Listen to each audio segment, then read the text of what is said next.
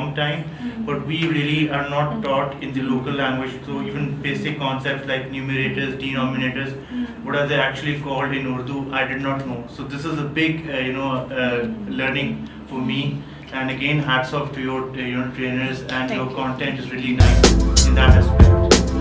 कि इन्होंने एक जो सबसे अच्छा पार्ट उनका था कि इन्होंने टीचर्स को मोबिलिटी उनकी जो है ना वो कायम रखी, उनको हरकत में रखा, और वो जो एकदम से बैठ जाते हैं वो बोर हो जाते हैं एकदम से, उन्होंने टीचर्स को जो है वो एक्टिव कर दिया। एक्टिविटी ज़्यादा थी और अच्छी मज़ेदार एक्टिविटी, एंजॉय किया टीचर।